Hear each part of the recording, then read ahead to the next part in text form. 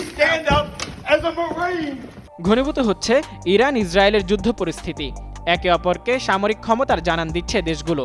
যুদ্ধে ইসরায়েলের সাথে যোগ দিয়েছে যুক্তরাষ্ট্র, যা পরিস্থিতিকে দিয়েছে আরও ভয়ঙ্কর রূপ। যুক্তরাষ্ট্রের প্রেসিডেন্ট ডোনাল্ড ট্রাম্প খোদ যুদ্ধ চাইলেও অনেক মার্কিনই তা চাইছেন না। সম্প্রতি ইরান যুদ্ধ নিয়ে যুক্তরাষ্ট্রের কংগ্রেসে এক শুনানিতে ইরানের বিরুদ্ধে যুক্তরাষ্ট্র ইসরায়েলের যুদ্ধের প্রতিবাদ জানান সাবেক মার্কিন মেরিন ব্রায়ান ম্যাকগিনিস। এই ঘটনায় তাকে আটক করে পুলিশ। যুদ্ধবিরোধী সংগঠন কোড পিঙ্ক এ তথ্য নিশ্চিত করেছে। প্রতিবেদন অনুযায়ী বুধবার ওয়াশিংটনে সিনেট আর্মড সার্ভিসেস কমিটির একটি শুনানির সময় ম্যাকগিনিস হঠাৎ দাঁড়িয়ে প্রতিবাদ জানান। তিনি চমৎকার করে বলেন, আমেরিকা ইসরায়েলের সঙ্গে যুদ্ধে যেতে চাই না। এ সময় মন্টেজুমা থেকে ত্রিপলি পর্যন্ত ফিলিস্তিনের মুক্তি কামনা করেন তিনি। যুক্তরাষ্ট্র সরকারকে চলমান যুদ্ধ পরিস্থিতির জন্য ধিক্কার জানান তিনি।